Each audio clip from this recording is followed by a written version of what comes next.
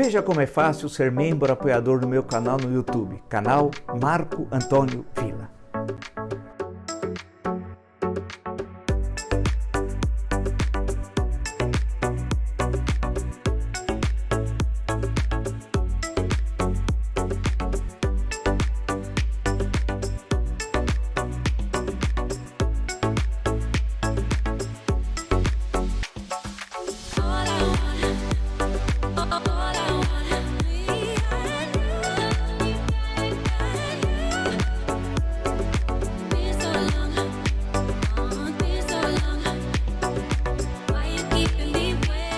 Olá, estamos começando o nosso encontro de hoje. Agradeço os 652 mil inscritos no meu canal. Muito obrigado mesmo. Sempre digo, se você gosta do canal, do conteúdo, dessa live, das entrevistas, da perspectiva que nós temos, indique o canal a uma amiga, uma amiga. É muito fácil, canal no YouTube, Marco Antônio Villa, diga para ativar o sininho que são as notificações, coloque like no que vocês gostarem e utilize como vocês muito bem fazem a página dos comentários, né?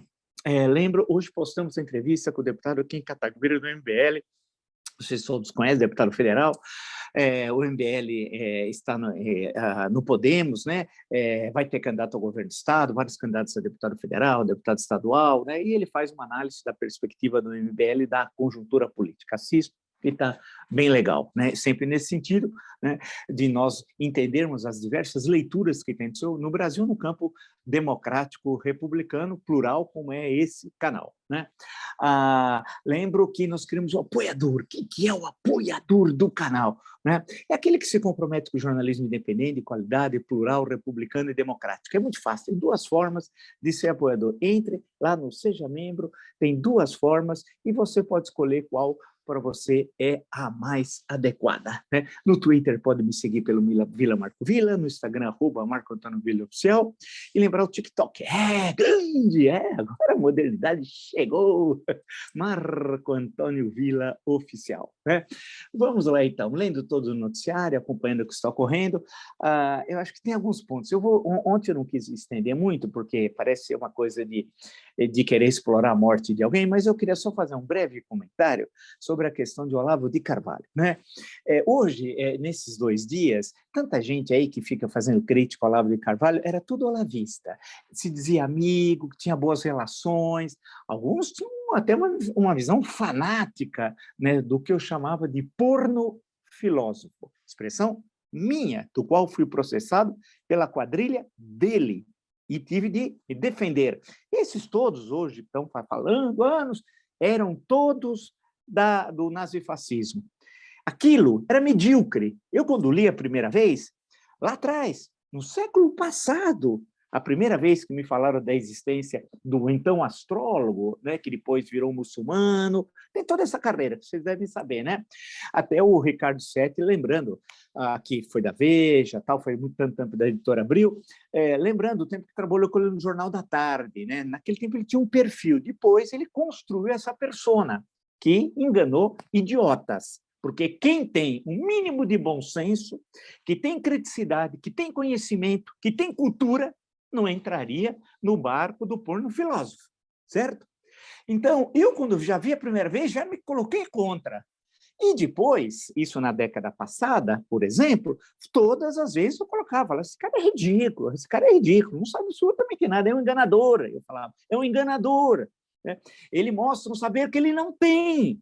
Ele apresenta aqui para o Brasil comida requentada como se fosse um prato novo, recém-preparado. Quem está repetindo isso sou eu. Agora todo mundo fala, mas é eu que falei a primeira vez e tive de enfrentá-lo na justiça, né? Que era tudo coisa da extrema-direita norte-americana, né? Que ele pegava aquilo, que era um homem preguiçoso, né?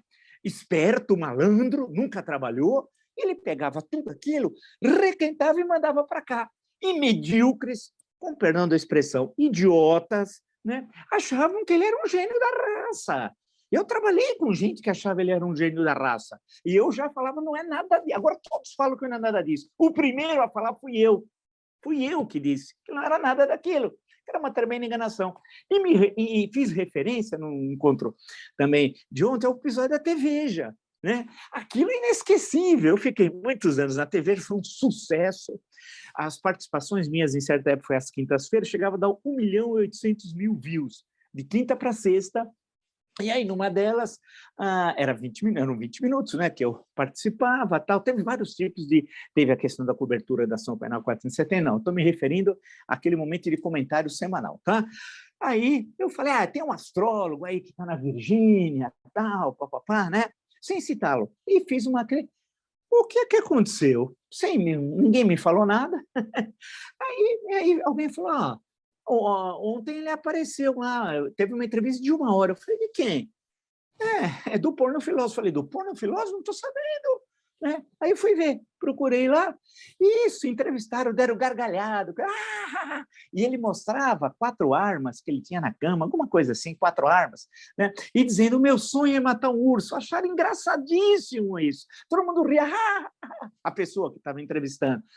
Aí, e ele sentiu, e eu tinha feito uma referência sem citá-lo. Veja como ele tinha boas relações. Agora, todo mundo não tem mais nada a ver com ele. Veja a hipocrisia. Né? Por isso que eu falo, quando tinha as críticas no começo desse século, do século XXI, que eu fiz aquela conjuntura política, todo mundo calado. Né? Depois foram se aproveitar economicamente e politicamente daquelas críticas. As que eu estou fazendo hoje, né? Também tem gente aproveitando politicamente e vai aproveitar logo no futuro, a curto prazo, economicamente. Então, veja que aqui nós temos princípios republicanos. É isso, por isso que esse é um canal republicano. É no sentido da res pública, do pensamento clássico, vamos lembrar, né? Bem, a gente pode até, o conceito era diferente, mas podemos voltar a Atenas, depois passar a Roma e depois chegar a questões mais contemporâneas. E nós temos a questão da Constituição. Então, eu sigo o que está aqui, independe de quem seja o presidente da República, que partido, quem é, ou que apareça enganadores, falastrões. Quem disse que o Paulo Guedes era um falastrão, não sabia nada de economia, também fui eu. Agora, todo mundo diz que ele não sabe nada.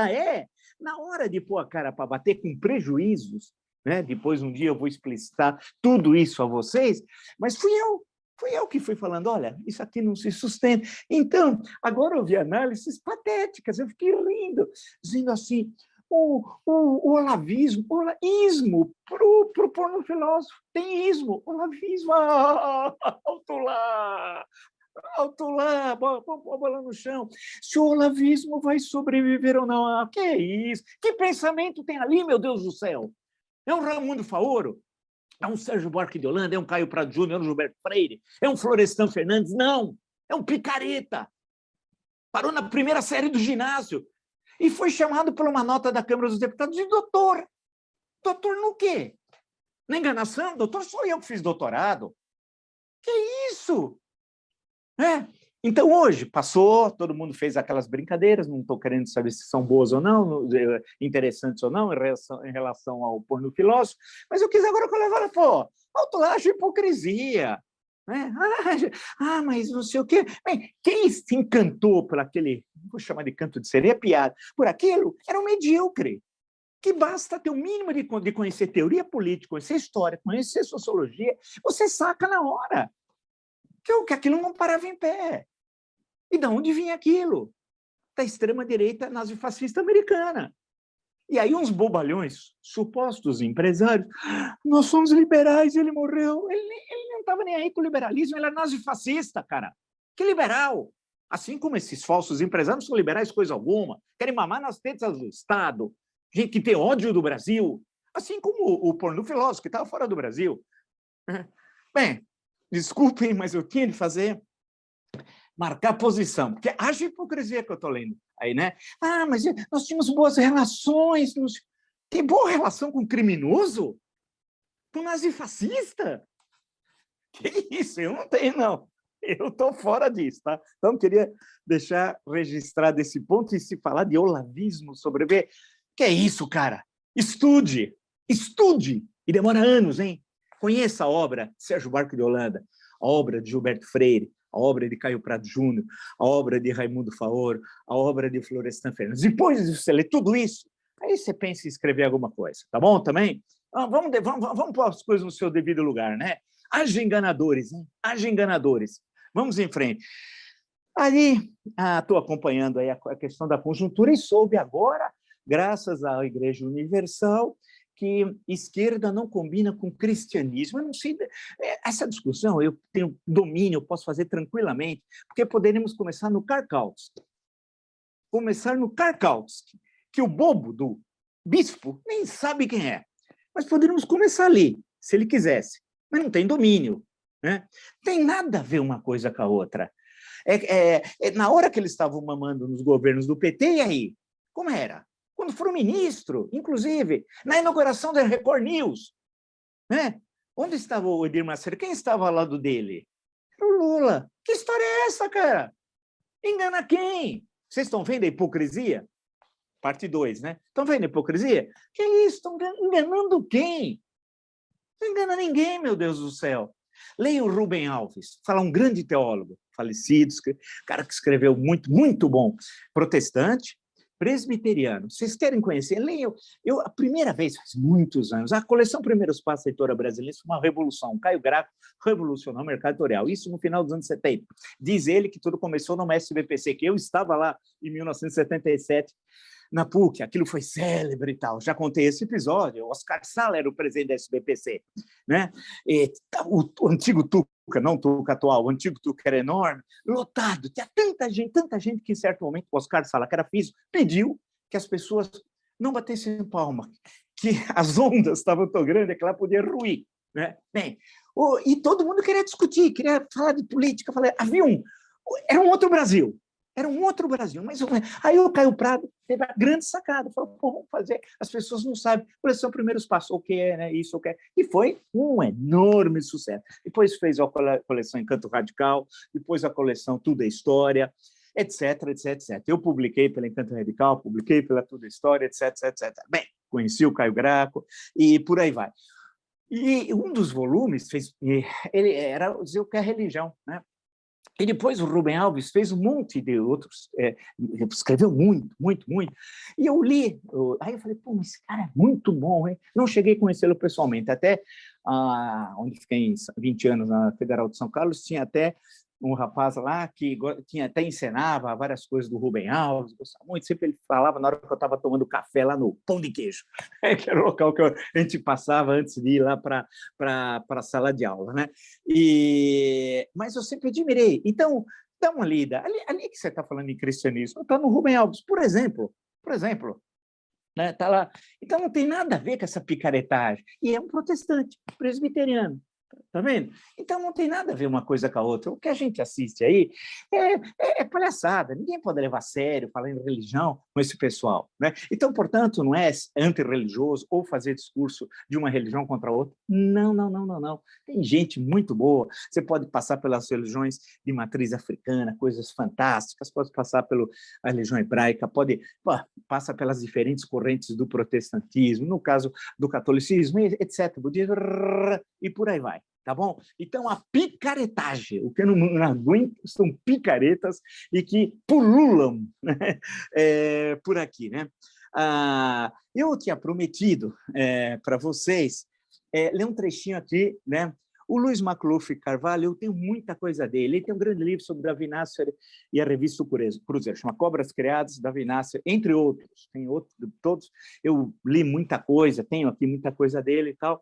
Por que me parece, eu não cheguei a conhecê-lo pessoalmente, mas li muito, desde a época, salvo engano, do jornal Resistência, lá do Pará, olha que isso faz tempo. Depois ele tinha um grande jornal da imprensa independente aqui na segunda metade dos anos 70, Jornal Movimento, que teve 5 anos, jornal muito legal. Eu assinava o Jornal Movimento, toda a censura, aquilo que havia, mas era um jornal tão legal. Até hoje eu lembro de capas do Jornal Movimento, né? E de artigos no jornal, aquilo que impressionou, não vou dizer a minha geração, que seria muita pretensão, mas a mim, tudo. E eu lembro do Luiz Macluf Carvalho. Bem, desde aquela época. E nos últimos anos estava no Estadão, né? E ele sempre produziu belíssimos trabalhos. Esse daqui é A Vida de Jair Bolsonaro no Quartel. Ele faz uma grande pesquisa sobre a história lá do processo do Bolsonaro, que é tudo muito estranho. Mas aí tem o coronel Carlos Alberto Pellegrino, como que ele definiu, é um documento importante, e eu acho que aqui mostra muito bem quem é o Bolsonaro, né? eu já fiz referência a isso a vocês e falei que ia falar hoje, tá bom? Então, promessa cumprida. Diz ele, em certo momento, o coronel Pellegrino, sobre o então capitão Bolsonaro, deu mostras de maturidade ao ser atraído por um empreendimento de garimpo de ouro. Necessita ser colocado em funções que exijam esforço e dedicação a fim de reorientar a sua carreira. Deu demonstrações de excessiva ambição em realizar-se financeira e economicamente.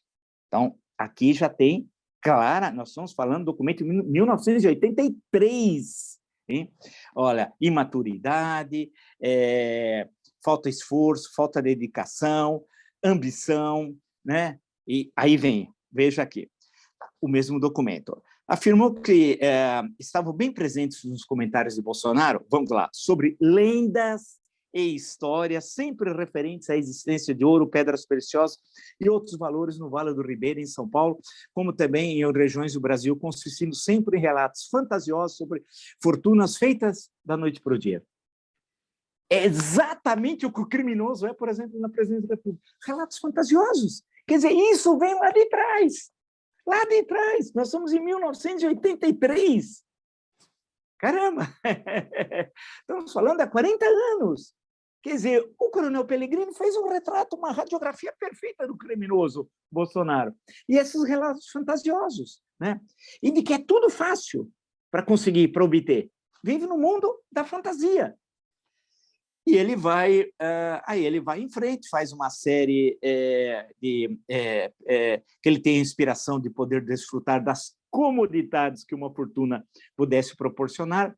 Comodidades. Exatamente o que eu falei outro dia sobre ser presidente da República. Ele não sabe o que é ser presidente, não tem a postura de presidente, mas usufrui, que é o que ele mais quer, das comodidades. E olha, esse documento é de 83, falando do jeitão dele. Bem, aí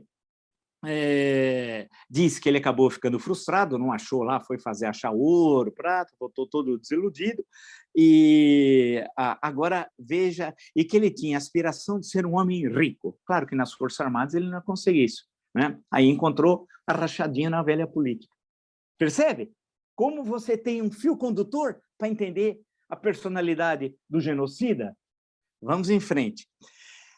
Agora, diz que o comportamento, agora em 83, ainda do então, na época, tenente Bolsonaro, naquela época, era reflexo de sua imaturidade, olha que brilhantismo, era reflexo de sua imaturidade e a exteriorização de ambições pessoais baseadas em irrealidades, aspirações distanciadas do alcance daqueles que pretendem progredir na carreira pelo trabalho e dedicação. Continua. Nas rotinas de trabalho cotidiano, no exercício permanente das funções veja, isso é importante, de instrutor, formador de soldados e de comandante, faltava-lhe iniciativa e criatividade. Vamos em frente. Bolsonaro tinha permanentemente a intenção de liderar os oficiais subalternos, no que foi sempre repelido, tanto em razão do tratamento agressivo dispensado a seus camaradas, como pela falta de lógica, racionalidade e equilíbrio na apresentação de seus argumentos. Perfeito! Perfeito! Sem tirar nem pôr. Perfeito! É isso. Esse é o Bolsonaro, 1983. 40 anos depois é a mesma coisa, só que potencializado que ele está na presidência da República, cercado por aquela caterva, né? Por aquela malta. E eu estava até dando uma diagonal aqui no Google, e eu estou falando isso, falei em entrevista, desde o início do governo, quando ninguém falava. Muitos hoje opositores falavam que absurdo para mim, quando eu falava tudo aquilo, cantei a bola antes. Assim, né? Como do pornofilósofo. Quem cantou a bola fui eu. E dos outros, na primeira década desse século, fui eu também. Né? E paguei por isso. Perseguição, demissão, pressão de todos os tipos, processos judiciais, ameaças de morte. Tudo isso. É interessante que aparece depois uns arrumadinhos aí falando a história não é assim. Independência é isso. Por isso que esse canal é independente. Independente não é garganta de aluguel. Independente para quem essa garganta esteja a serviço. De quem? E tem muitos que fazem isso. Né? E vocês sabem muito bem, gravações, inclusive, que mostram conversas dessas gargantinhas de aluguel que estão por aí e que se finge também do conhecimento que não tem. No campo histórico, no campo político, no campo sociológico. Não tem. Enganam. Mas, em outros momentos, não enganariam, viu? É que há um vazio. E é igual no futebol, no jornalismo e na política, o vazio é culpado. Não tem jeito. Em outras épocas, em que você tem um debate, anos 80, um debate intenso na imprensa, debate econômico de alto nível, debate político de alto nível, essas gargantinhas de aluguel que ficam indo para lá, fazendo gênero, fazendo tipinho, não teriam espaço, porque seriam desmoralizados. Né? Vamos em frente.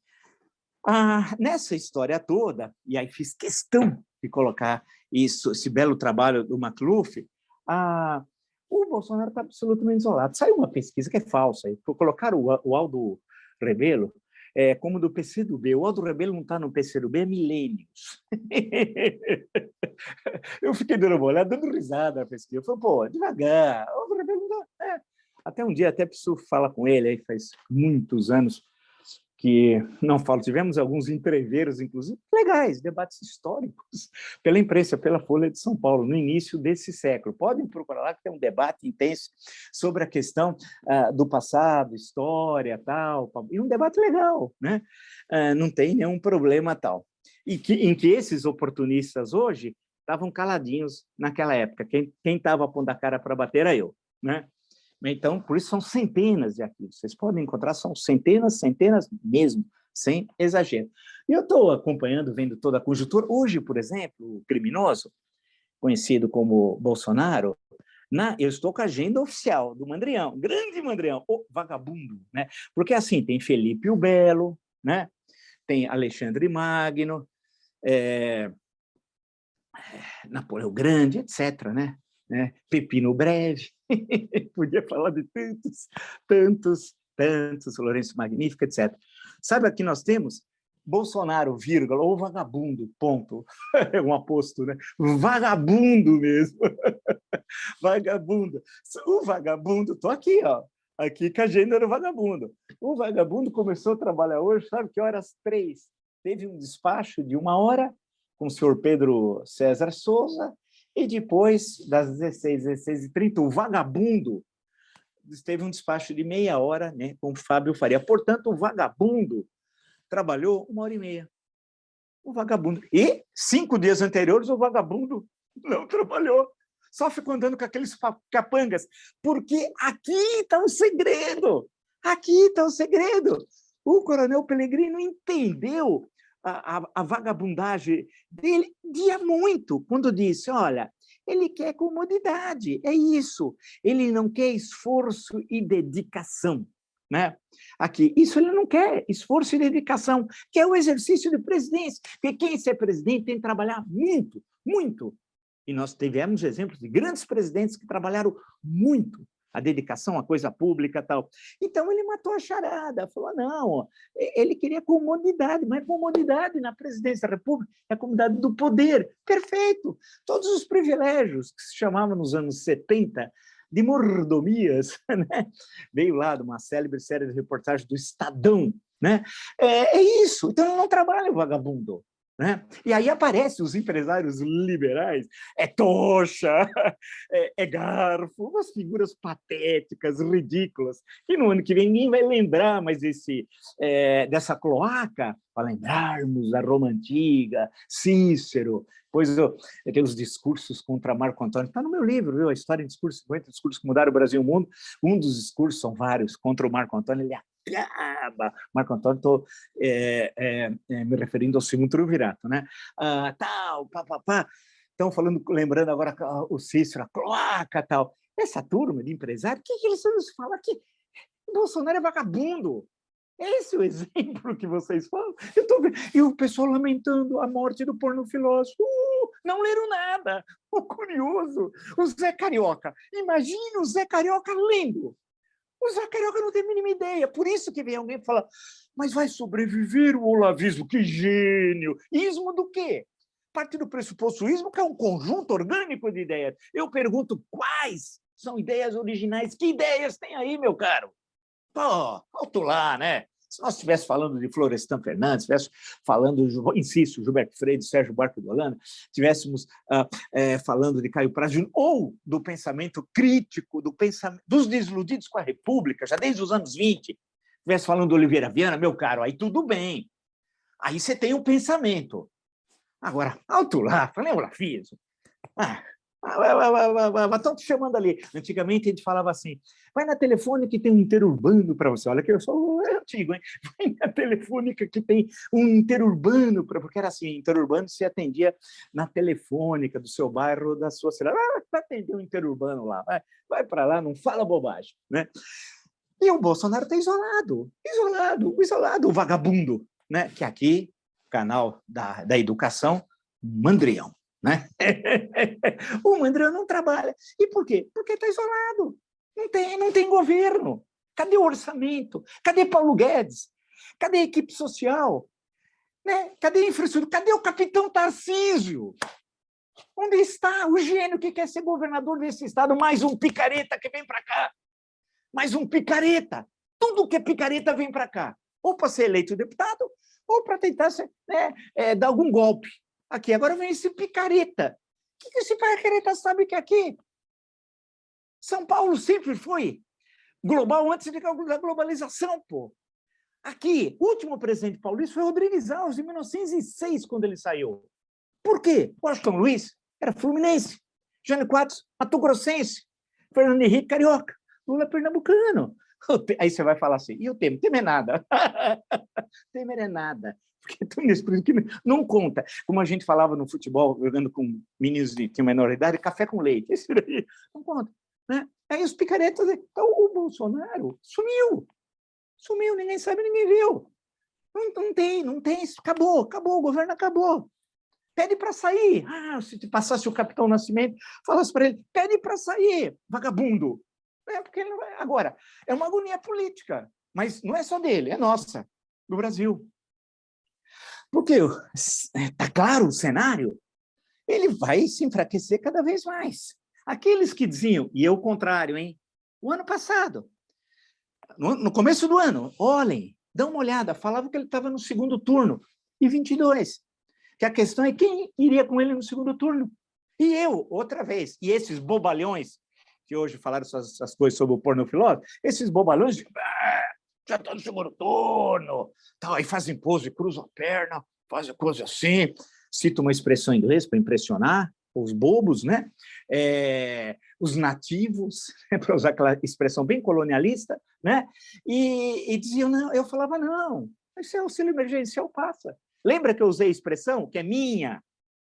Efeito Marcela, mas do grande Machado de Assis.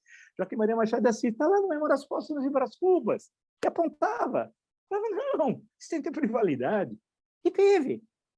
Então, aqui, o cenário todo desenhado é um governo em ruínas. Mas o governo em ruínas leva o país também à ruína. E nós estamos vivendo uma situação terrível. No campo social, meu Deus do céu, o número de pessoas que moram na rua, nas grandes cidades, vocês também já devem ter visto em médias cidades também, uma tragédia. Quando você pega os indicadores econômicos, para a gente voltar a 2013, depende se o crescimento do PIB foi 2 e pouco, não esse ano, daqui até 27, em 27 nós vamos chegar a índices por um de PIB per capita aproximadamente em 2013. Meu Deus do céu, e tudo é um horror. Você começa a ler, eu recebo muitos relatórios, eu fico lendo e falo, meu Deus. Então nós vamos virar essa página. Vamos virar essa página, estamos caminhando para isso. E sempre nessa leitura crítica, sem tirar o pé da dividida, ninguém pipoca, para usar a linguagem de futebol, na dividida, e colocando, né, e falando, olha, aquele lá está dizendo isso, mas antes ele falava outra coisa, só que aqui é o canal da memória. Então, aqui, hipocrisia não tem. É isso. Se você gostou dessa e de tantas outras lives do meu canal, está entre os... deixa eu olhar outra vez, desculpe. graças a Deus, 652 mil inscritos. Muito obrigado mesmo. Indica o canal a um amigo. Muito fácil, canal do YouTube, Marco Antônio Villa. Diga para ativar as notificações, colocar like no que vocês gostarem, usar, como vocês muito bem fazem, a parte dos comentários. A entrevista postamos hoje com o deputado federal Kim Kataguiri, do MBL. Assiste, que é interessante, é a leitura do MBL, que está entrando no partido Podemos. Seja um apoiador do canal, é muito fácil, apoia o jornalismo democrático, independente, de qualidade, plural e republicano.